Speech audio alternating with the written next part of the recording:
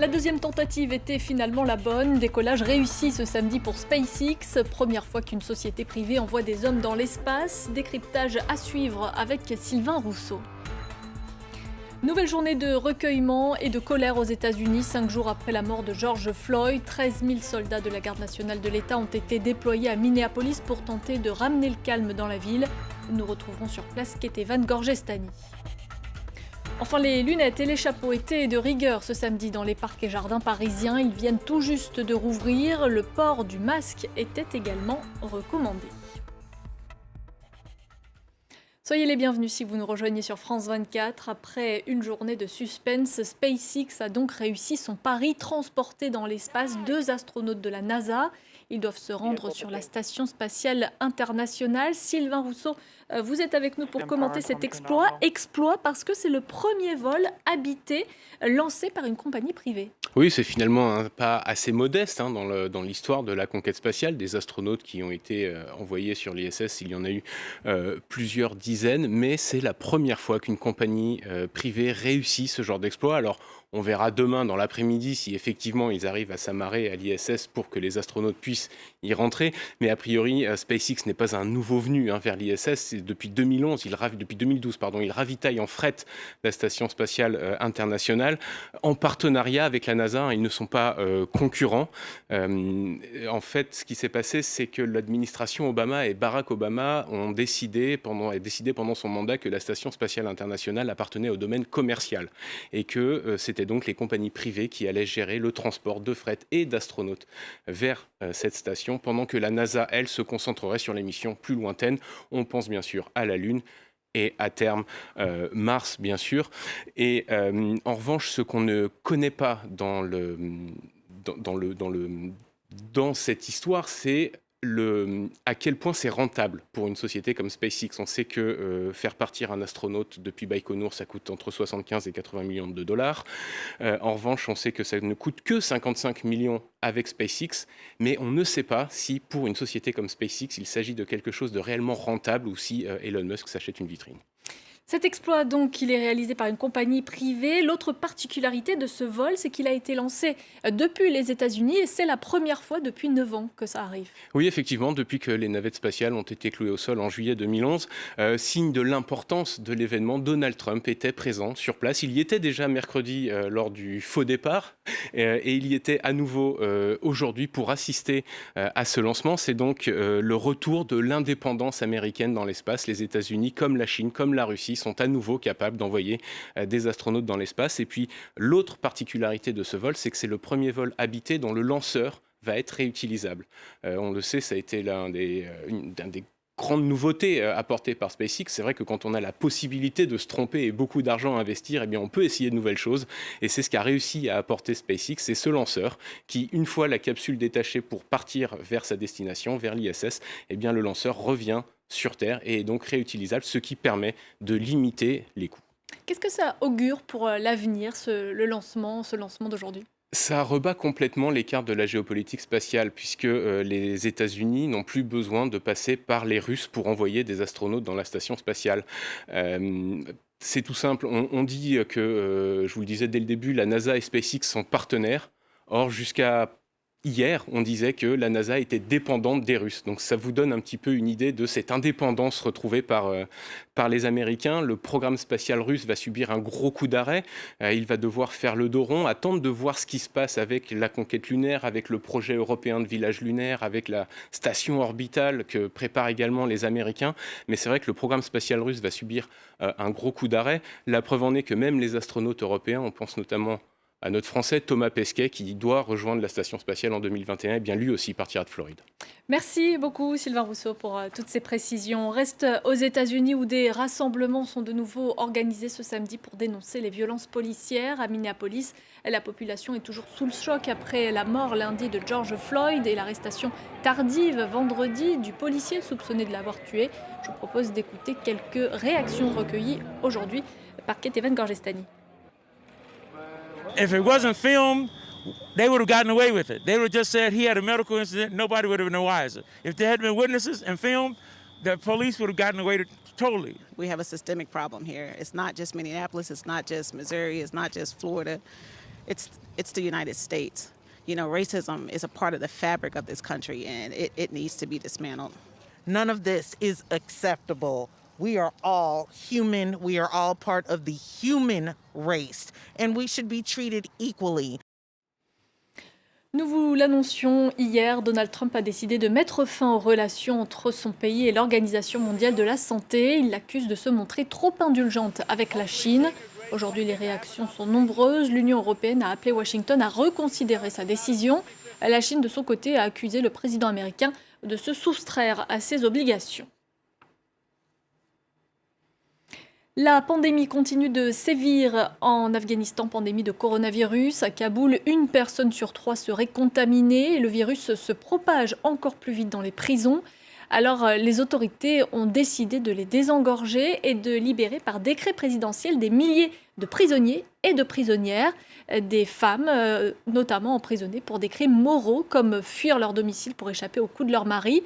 Certaines ont été accueillies dans des refuges de la capitale et doivent faire face au gigantesque défi de la réinsertion dans une société conservatrice.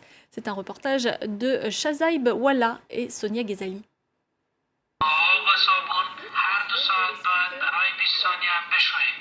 Lavez-vous les mains toutes les 2 heures pendant 20 secondes, crachent des haut-parleurs dans cette prison de Kaboul.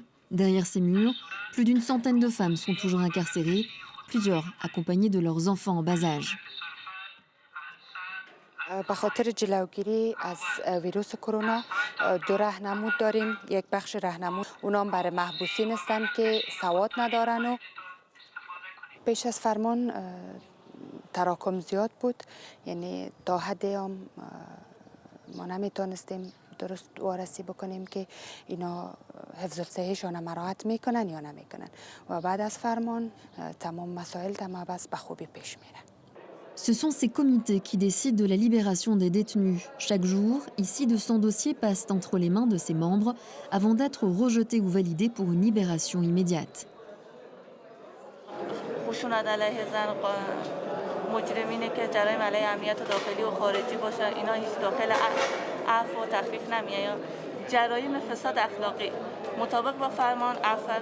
Moursal a été libéré après 2 ans de prison. La justice afghane l'avait condamnée à 6 ans d'emprisonnement pour avoir fui le domicile de l'homme auquel elle a été mariée de force, à l'âge de 17 ans.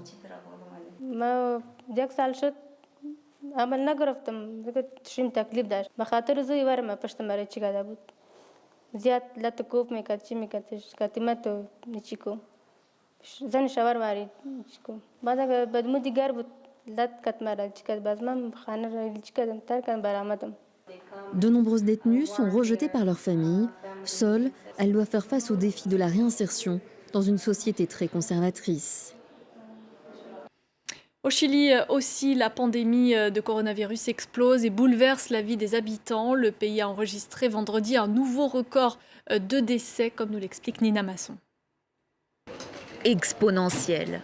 Telle se profile la courbe du nombre de cas de Covid-19 au Chili.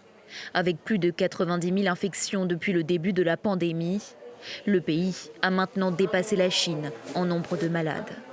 Hoy día informamos en nuestro país 3.695 casos nuevos de las últimas 24 horas. Depuis le 16 mai, la région de Santiago vit au rythme d'un confinement strict. Mais les nouvelles infections continuent à augmenter. Le système de santé est en train de saturer.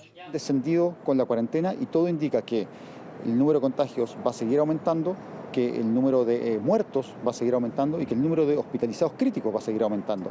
Les nouveaux cas se concentrent dans les quartiers pauvres de Santiago où les habitants ont peu de moyens pour se protéger.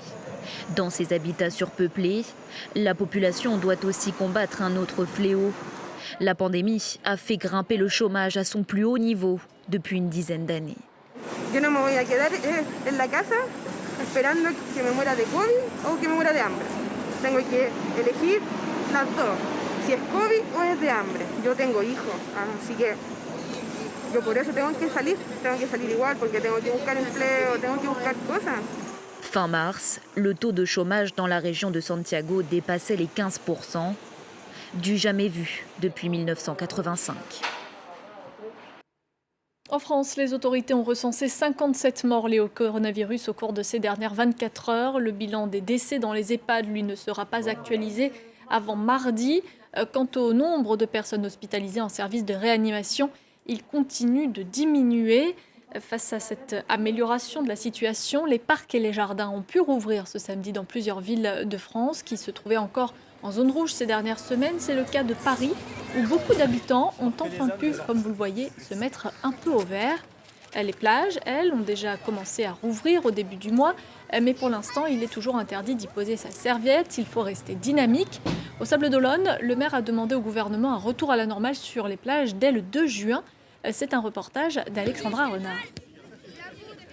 Sur cette plage des Sables-d'Olonne, peu de monde et une atmosphère sans réelle légèreté. Les restrictions liées au Covid-19 restent les mêmes. Il faut être en mouvement, que ce soit sur le sable ou dans l'océan. Lors du dernier long pont de mai, la plage avait été fermée pour cause de grandes marées qui ne permettaient pas d'assurer la sécurité des gens. Mais cette fois-ci, pour ce week-end, elle est ouverte.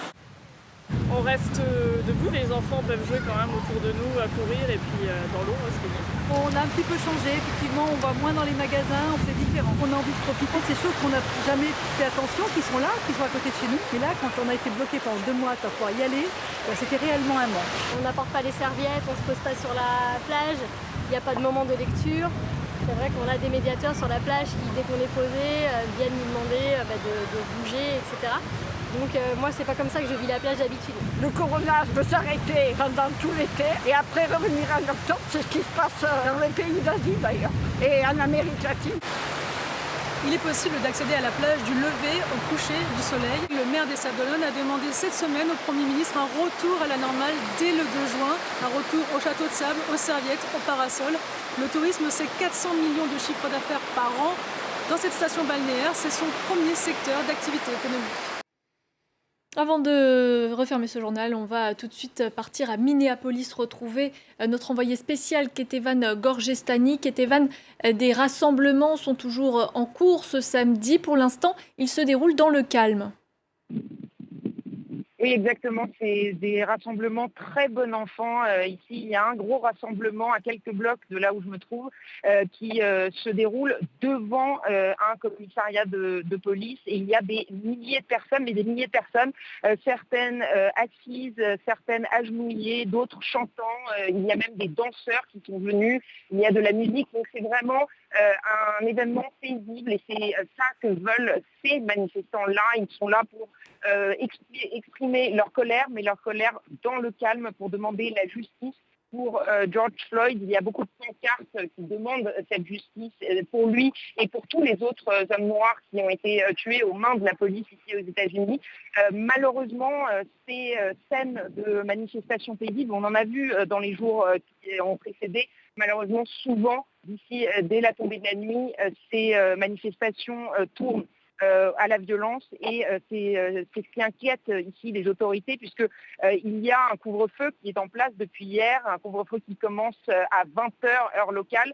Donc pour l'instant, tout se passe bien, mais on va attendre la tombée de la nuit pour voir exactement ce qui va se passer. Il y a la garde nationale qui a été déployée, toute la garde nationale du Minnesota. C'est une manœuvre sans précédent du gouverneur du Minnesota. Ils espèrent comme ainsi pouvoir obtenir le calme et éviter ces pillages, ces immeubles qui brûlent, ces images que nous avons vues ces 3 derniers soirs. Ketevan Gorgestani en direct de Minneapolis. Merci beaucoup. La colère qui s'est également propagée au reste du pays, à d'autres villes américaines. Des centaines de personnes se sont rassemblées ce samedi à New York, Dallas, Houston ou encore Las Vegas. Ici, des images du quartier de Harlem à New York. C'est la fin de ce journal. Merci de votre attention. L'information continue sur France 24.